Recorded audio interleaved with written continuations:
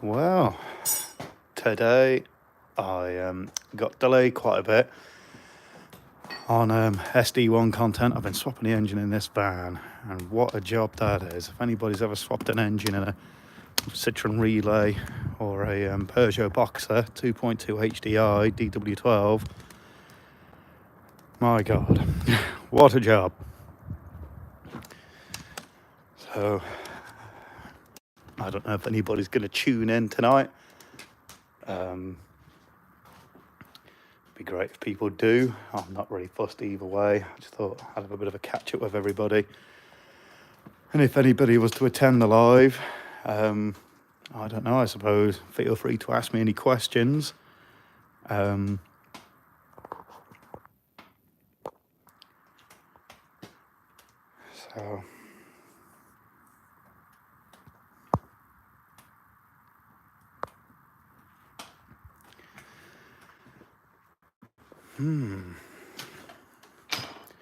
I guess a lot of people probably wonder what I do.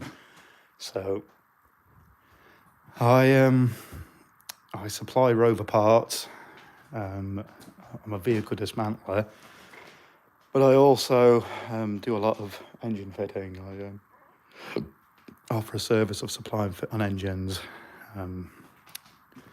We're quite competent at swapping engines.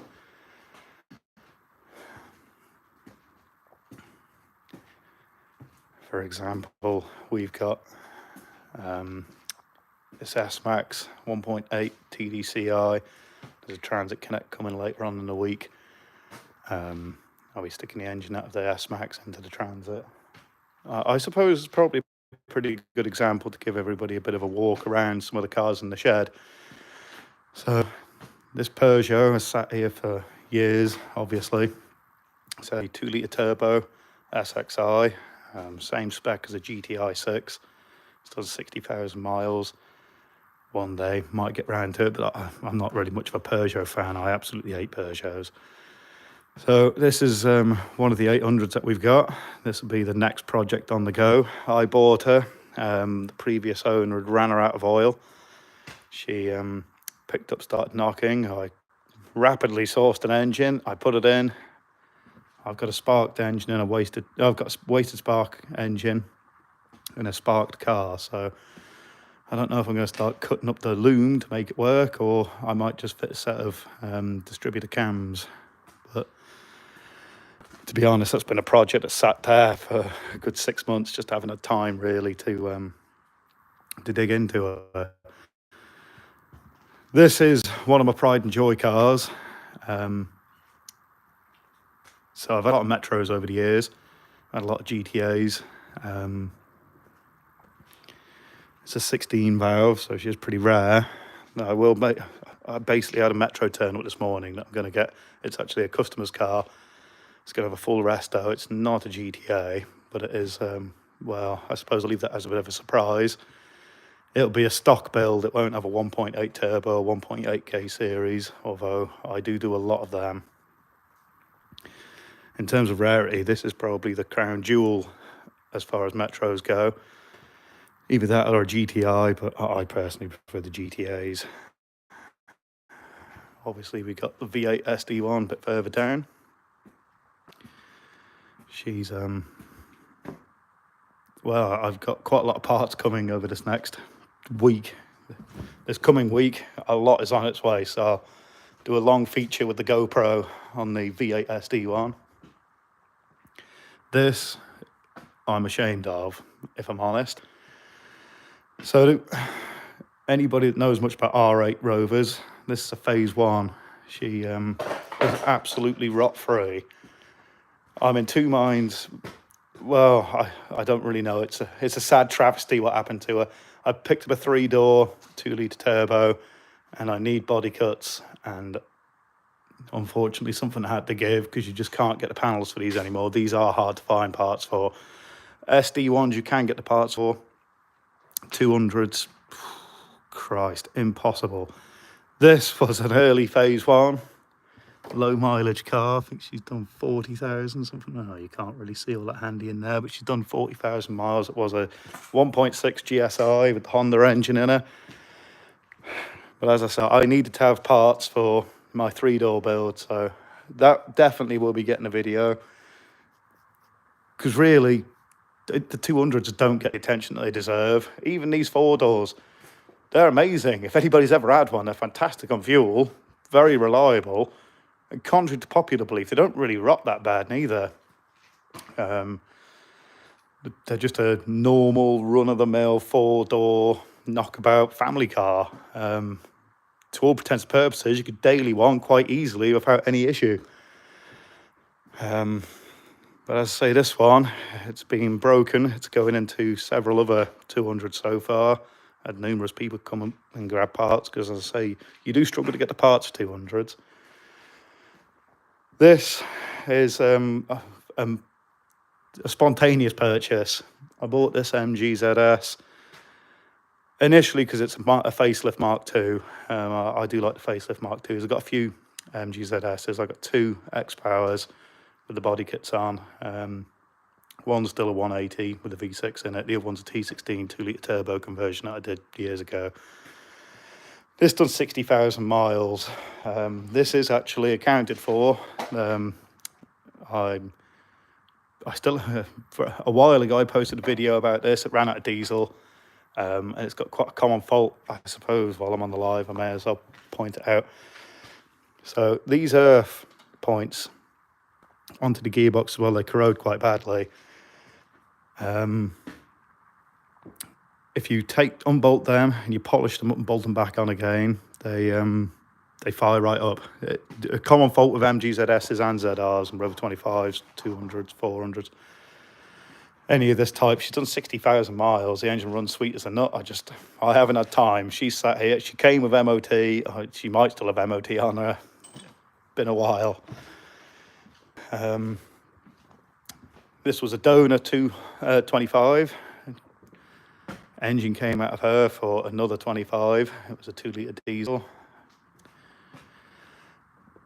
Oh, I don't have any in stock sitting here at the moment. But they're a massively underrated engine, a very old engine. Obviously, it's a hybrid of multiple companies that put the L4 on these later ones. So we run quite a few Mark 6 Transits as our delivery vehicles. The VP33 fuel pump is actually the same fuel pump as a Rover 25.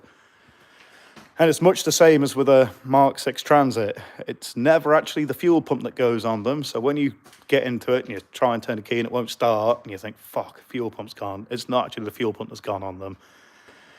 What it actually is the EDU on top. On a Transit Mark 6, they're coded. So you do have to go and get them coded and synced to the ECU. But on a Rover, funny enough, they're unlocked. If you wanted to use a fuel pump off of a Transit, they're more expensive, but they're the same. They bolt right on. I've done it. And in fact, if you get an early 400, 200, you've got a mechanical set of governors on them. You can fabricable that onto a Transit and then run it with the Rover governors on top. As I say, I've mentioned the S-Max. She's just in for a donor engine. Run a 5 GT turbo.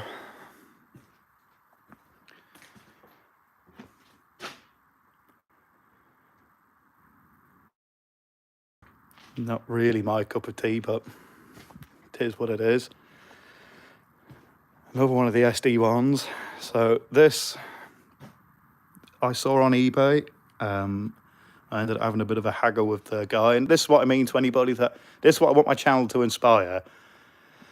So I bought this SD one. It was used as a donor for a Series 1 V8. This was a 2300 originally in her life. She was V8 swapped. I've got unbelievable amounts of history with her. I've got the registration of the car that they used as a donor because this was swapped to a V8 manual. It was resprayed in 2013.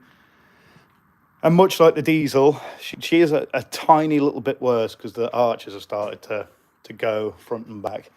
But it's only over the same kind of deal. As far as the rot goes, I picked this up for £500 if I remember, £500. You get them, they're out there. Just depends on how much effort you want to put into them. I got it for a steal. I picked it up myself. It's sat here pretty much ever since I picked it up. I've got a Toyota 2JZ GTE engine. I'm probably going to, well, I am going to use that in this one.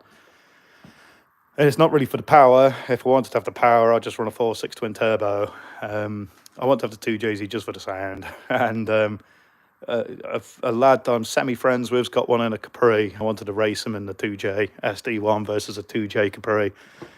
I can only imagine from my experience of Capris, this will handle a lot better than a 2J Capri. Or handling-wise, not comparable, and SD1's vastly superior. As I say, she came with the doors missing, the interior missing. Thankfully, over the years, I have stockpiled quite a lot of Rover SD1 parts. I've got interiors. I am on a hunt for a couple of doors that are semi-serviceable. I've got brand new door skins, new old stock, but I don't actually have the frames, so at some point in the future I'll get round to it. This will be a complete bare metal rebuild. I'm going to get a fire to anybody that knows what that is.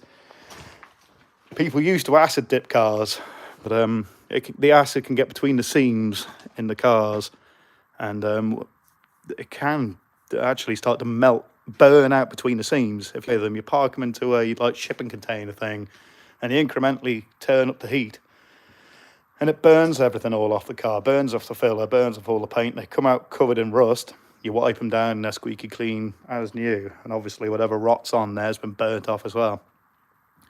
So that will be what everything gets. I fire all the cars now. I don't acid dip any of them. This is another one of my travesties. This is actually ex-police. It was a Northern Ireland police car. I've actually got the decommissioning papers for her now. She's a 1.4 SLI. Very tidy Metro, this. As I say, over the years, I've had loads and loads of Metros. Probably the most prolific Rover I've ever had is a Metro. At one time, you'd pick them up for 50 or 80 pound. Consequently, I've had loads of them.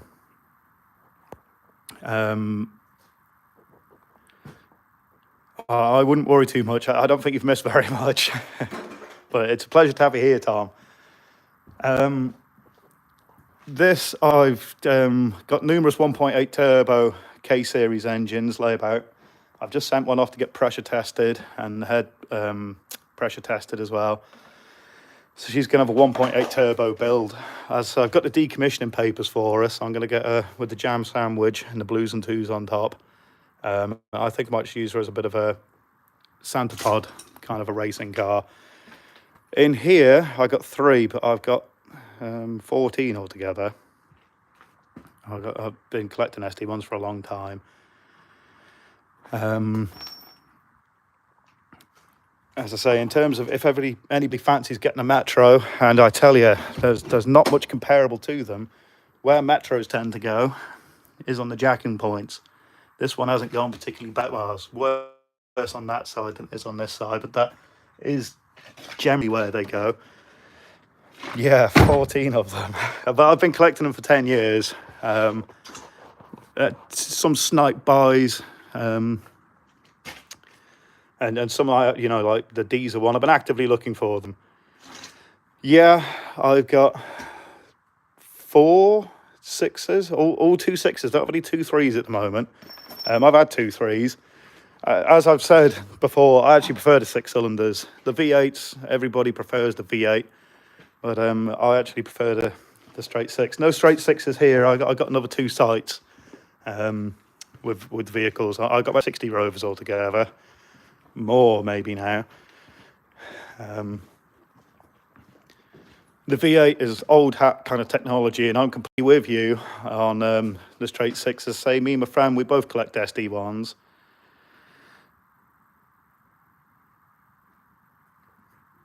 I haven't caught up with you recently. To be honest, I've been swapping a few engines for customers. That's part of the reason why I'm going live tonight, is because I did promise SD1 content today, but it's going to have to be tomorrow now. I finally managed to complete the engine transplant in the Peugeot Boxer.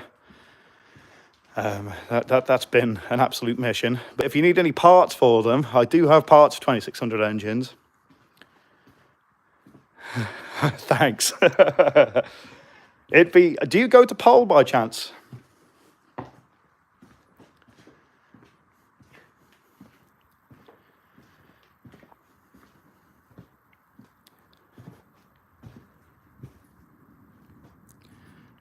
I'm thinking of taking. Oh yeah, I'll be there this year. I'm going to make a point of going to Pole this year. I'm going to take. I suppose I may as well say I bought an M16 Tickford 800. I'll be taking the Tickford 800 and the Van Plar EFI 4 litre to Longbridge this year. Might get my wife to drive the 800 or the SD1. I don't know, it's difficult when you've got a large collection of Rovers. I'm naturally drawn to the SD1. I prefer the aesthetics of them, but in terms of drivability, I prefer the 800. They are just better somehow. It's difficult to describe. If you're getting a V627 8, there's nothing much comparable to them. It's difference between front-wheel drive and rear-wheel drive, I guess. You'll be bringing your SD1, will you? Well, I suppose I may as well show the guilt of leaving the diesel outside still. I haven't had time.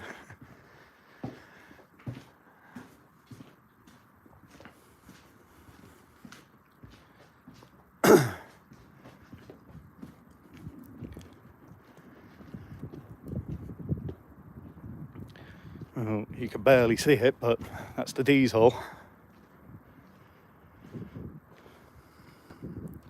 75. What engine 75 are you going to be bringing? I'll be honest, I've had loads. At one point, I had export with 75s and ZTs to Spain.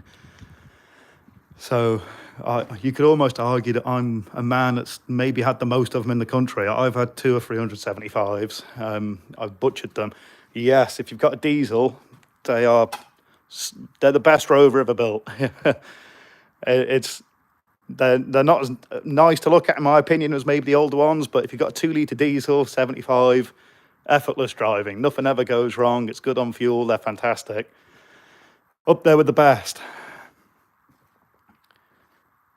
Yeah, I can believe you. As I say, I've had loads of them over the years. The V6s are terrible. They are seriously unreliable. The 1.8 turbos are very unreliable. If you get a 1.8 non-turbo, they're pretty good. But the diesel, that's where you want to be at. If you get a manual diesel, they're the ones you want to, go for years, go for miles. I've had them with 400,000 miles on the clock and they've still ran. Bit of a pig of an engine to swap if they go wrong now.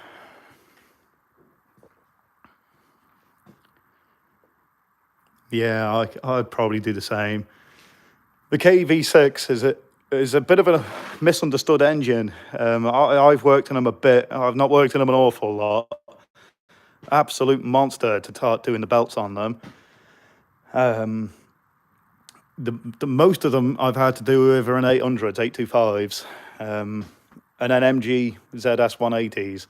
I tell you, I put a 180 in a ZR once. Oh, that was many a moon ago. I went in a phase of everybody wanting to have T16s and MG ZRs. So the one customer said, "Can you stick a V6 in one?" And yeah, you do have to, I don't think I did have to cut the bulkhead. I'm pretty sure it just bolted straight in. But they are very problematic. In fact, I suppose you're probably the right person to talk to, because you're quite knowledgeable in the Rover community. So, as far as I understand it to be, that the KV6 was originally a KV8, and didn't they design it in the early 80s? It was a 3 litre V8, and the 800 was supposed to be a rear-wheel drive with a KV8 in it.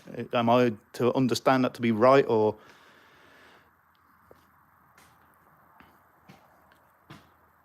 I know they definitely built 2 or 3 prototype V8 KV8s, and then they decided to strip it down to a KV6.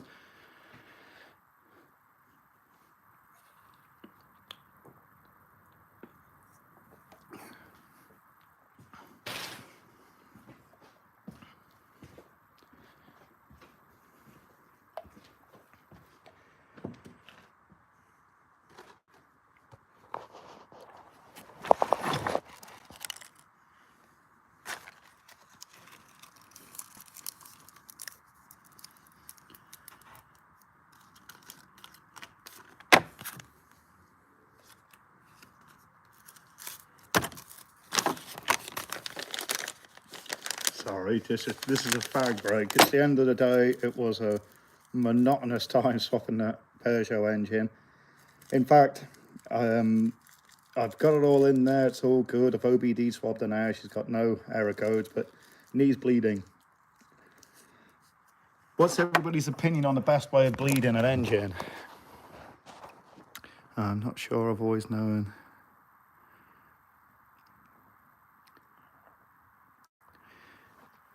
Right.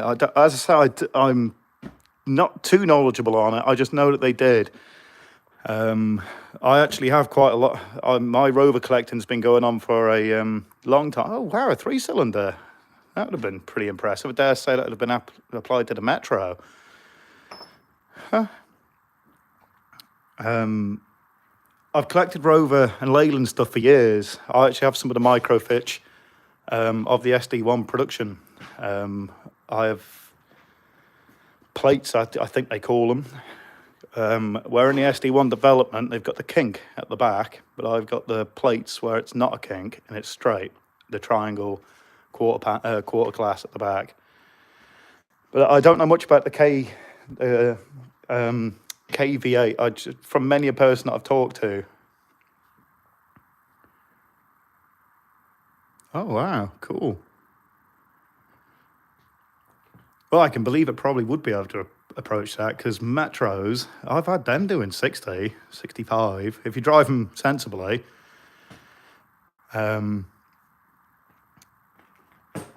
It's quite funny, really. Metros are more what got me into Rover than SD1s. I bought the SD1, it was just my V8 daily drive. And then I bought my first Metro. It was a Kingfisher Green 4-door 1.1C. I paid too much money for it. It was £180 about 10 years ago. And it was a 4-speed. I drove it out of town, and I thought, my God, I understand now why people like Metros. So, yeah.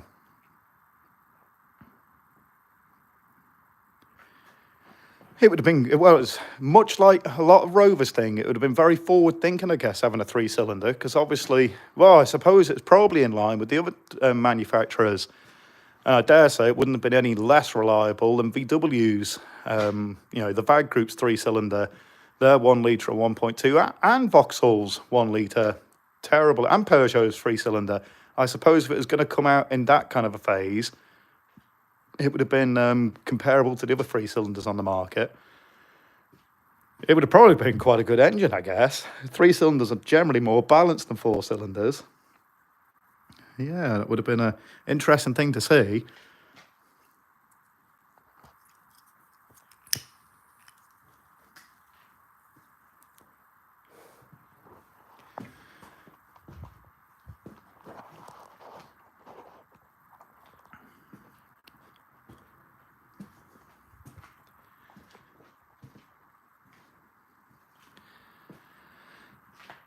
And I think that is, for my opinion, a lot of people posit many a reason as to why it all failed, the British manufacturing. And like I say, the failure of the SD1 was it tried to do too many things. This is my own opinion. People can argue the points of it, I guess. It was very, very modern, too revolutionary. You went from the P6, which was quite an arcane car, to this spaceship really driving around. It wasn't for lack of funding with Leyland. They were just a little bit too far ahead of the time. And then when they went on to the 800, obviously it was under British Aerospace at the time. They did a better job. And then when BMW had it, it was a kind of a final lifeline to it. But they were very innovative, Rover was. Quite an experimental platform, really. I think that was a big reason as to why they failed, to my opinion.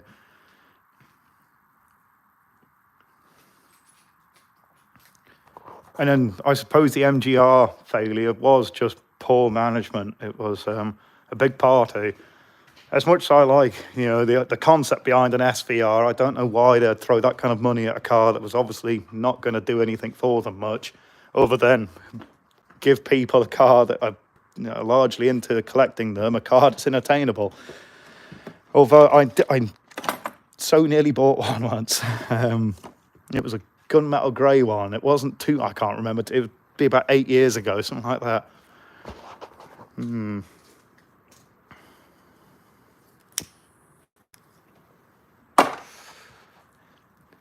So, in terms of content on my channel, I don't really, I've got. So the future for me personally is I understand that quite a few of the Rover garages now have started to, they're starting to disappear a little bit. Rover Revivals and a few others.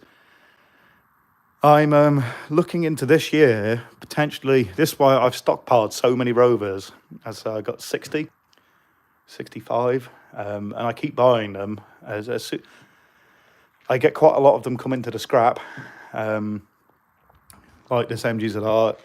By the way, to anybody that's like a massive MGZR fanatic, this was rotten as a pair. It was just uneconomical for repair. 2-litre diesel, 220,000 miles on the clock. The only good thing about it was she had a rebuilt engine in her, but she's literally mullered. It was beyond repair. But I don't really like breaking Rovers much, but I don't mind it so much because obviously it goes into keeping more of them on the road. My future plans are that I will start special. I'll source some additional help. I'll employ a few extra people and open up I've actually been in talks about a garage not too far away from where I'm currently, and just dedicating it to Rovers. Obviously it will be for a profit. Nobody wants to do anything for free, but I wouldn't want to go the Rimmers route. I appreciate Rimmers, they are a godsend in some ways. Oh, I'm based in Shropshire. Can't my accent. I'm Shropshire. So I'm actually not that far away from Longbridge. I used to go all the time. And I don't know, since I've had family and kids, you never seem to get time. But now they're getting older, I feel like I probably have got more time to throw at it.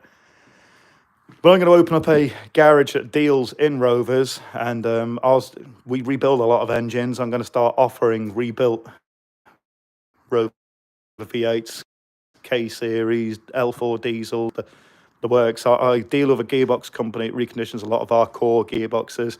They've said, yep, we'll happily do service exchanges on Rover gearboxes, whether that be LT77s, R65s, PG1s, anything. So the heavy parts of the car, I'm going to start offering, obviously with warranty, etc., and a supply and fit, mainly to keep the cars going. And as I say, I'm not a purist by any stretch. If people want to stick a 2-litre turbo in a Metro or an SD1 or a BMW V8 in an SD1, it doesn't really bother me as long as people are keeping them going. Like, if you're willing to give it a gamble, I suppose, much like that one there, trust me, that isn't the roughest SD1 I've got. I've got a few real pancaked SD1. I've got a 2600 that's actually got low miles on. She's got 42 or something like that.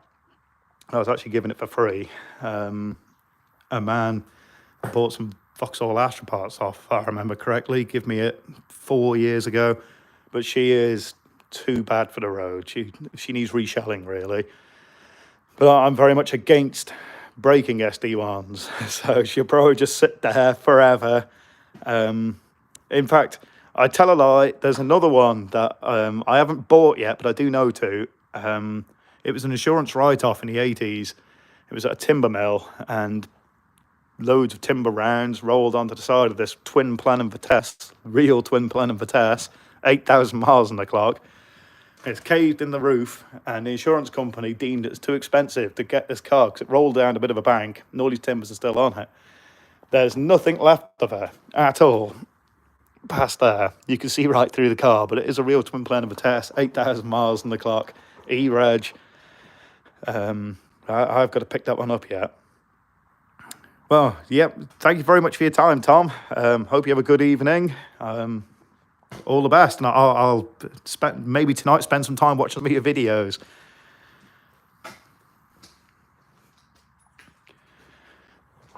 So yeah, that's what I do. I suppose it's probably a bit strange somebody having as many of these Rovers as as I do, it is an appreciation of them. I grew up with Ford Capris. I've had loads of them over the years. As I say, when my first daughter was born, the Capri had to go. That was a Rover V8. It was the very first engine transplant I ever did, was a V8 into a Capri. And I looked for the nearest family door V8 sports car, and it was, an SD1, and that was it. I've stuck to them ever since. And recently I've started getting into Range Rovers. Throughout the years I've had loads of P38s, L322s, them awful sports. In fact, I got a sport outside. You might have seen it in the background of a few of the videos. I'll be honest, I've swapped a couple of engines in them. It is a body off rolling chassis job, absolutely awful to do. You definitely can't do that in your driveway, but this time I'm thinking of, I'm going to waste my time, I imagine. I wonder if I can stick my torch on. No. I'm probably going to waste my time, because I'm going to try and do I'll tell you what, I've got a torch here somewhere. I'll try and do it with the body on. I did speak to somebody that has done it, a body on swap. Oh, wow, some torch that is, Dad. Oh, well, maybe in the future. Maybe in the future I'll show that one. But I've got an SD V6 in a Range Rover Sport, and I'm going to try if I can do it. And it'll just put to rest anybody that doesn't think maybe I'll give it a go, but I'm pretty sure you can't. I picked up an L322 today. I suppose I'll do a deep dive into her.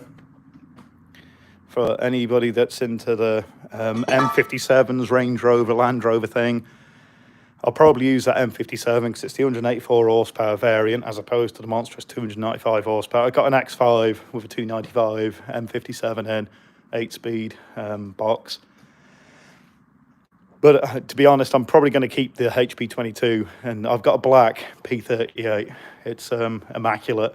It was fully resprayed before I bought it, and the previous owner, they spent an absolute fortune on the engine. They had the interior redone as well.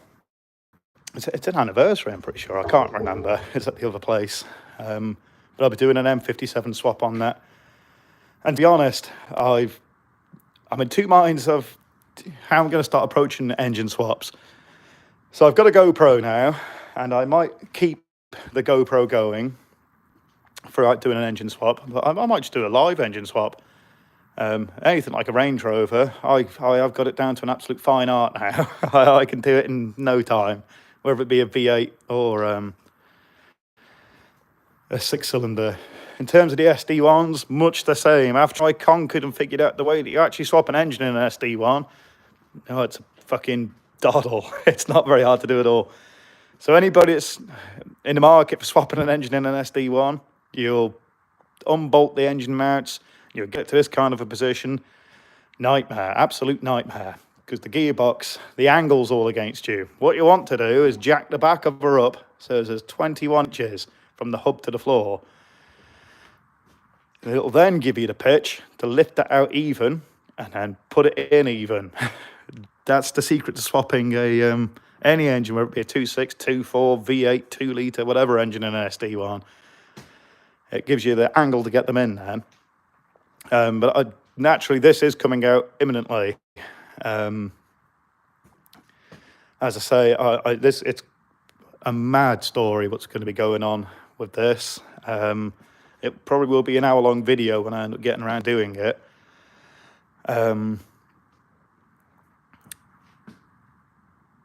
Basically, that it's a former policeman that used to drive SD1s in the 70s and the 80s, and he drove Range Rover Classics, P38s, etc. And he's got a very close-knit story to a Rover V8.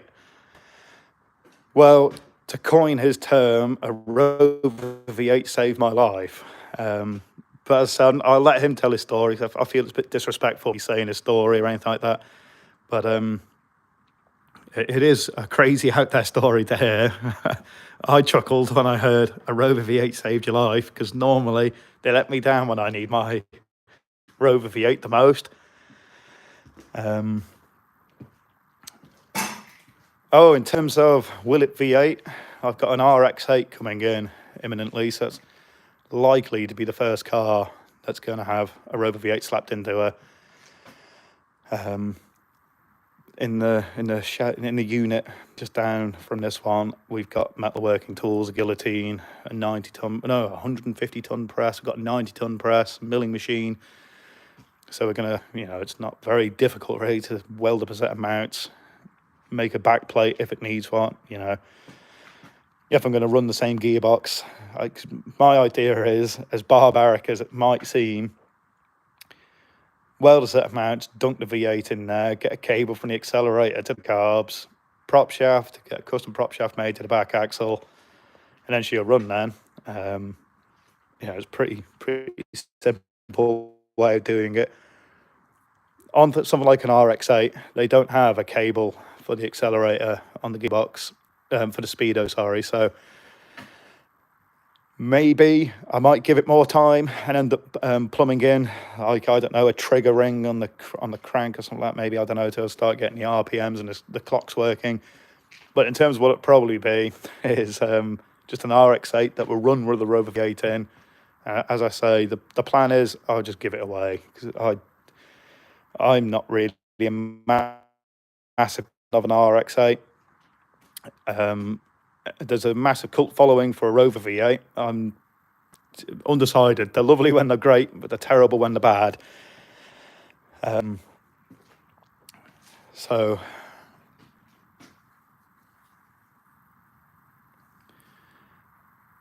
well, as I say, I apologise to everybody about not getting on with the SD1. Literally, first thing in the morning, that turd of a van is going to move out of the way. This ZR, tonight I'll finish stripping it. Sure, get scrapped. Probably clean out this bay, stick the black diesel in here, and I'll do a deep dive in stripping her, and then tomorrow for definite, because the flywheel is supposed to be here Monday or Tuesday. The V8 is going to come out of the silver SD1 down there. So there's going to be a lot of SD, but I don't want to oversaturate my content with just SD1s, because for me, they are becoming the most iconic Rover in some ways. I guess I see it that way because I live with them. But there's a lot more that Rover can offer than just an SD1. In terms of collecting Rovers, I dare say they are sort of the gold standard now, in terms of they're the horriblest ones to work on in some ways, because they do rot so bad, and the parts are quite expensive. And hard to source. I'd like to inspire people to buying one. Rimmer Brothers did get a cache of panels from Standard not too long ago, so you can get the panels pretty handy, but they do tax you pretty hard on it. But as I say, I'm not a purist, and I don't really care. It's your car at the end of the day. If you want to dwarf loads of filler, chicken noodles, or whatever you want in the arches, sills, that'll do me, as long as you get a test. Well, you don't really have a test on some of them now. Just run an MOT exam. It'd just be nice to save some of these cars, as opposed to, even nowadays, people pick up an SD1 with a V8 in it, tear it out for some shit Capri somewhere, or Granada, or Sierras. I've seen more V8 Sierras just lately. There's one local to me. He wakes me up every now and again at night, churging around in his V8 Sierra.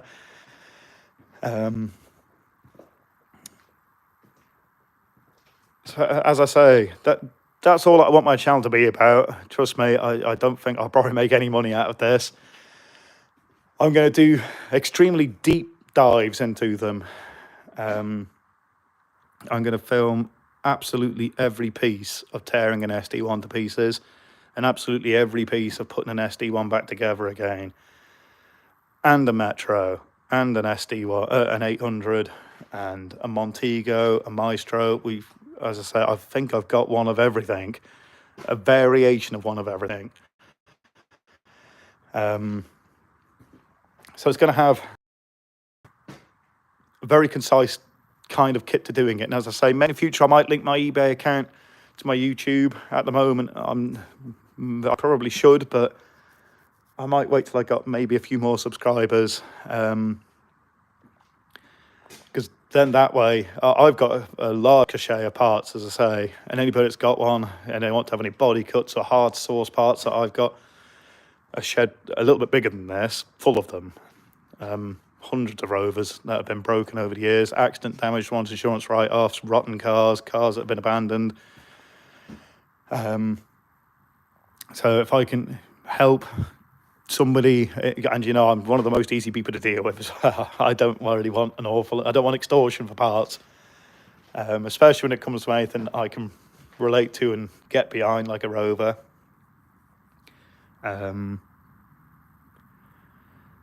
So, and anybody wants to have any engine work done, as I say, we supply and fit engines.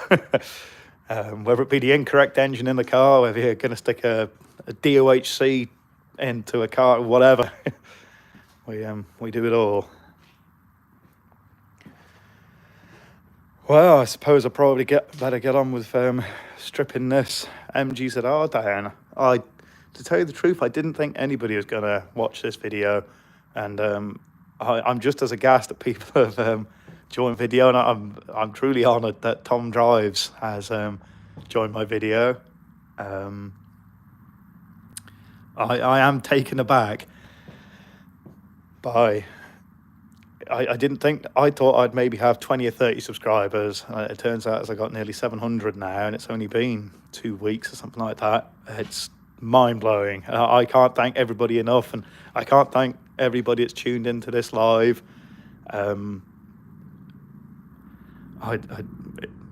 Just thank you very much. It's very, very humbling. I really appreciate it.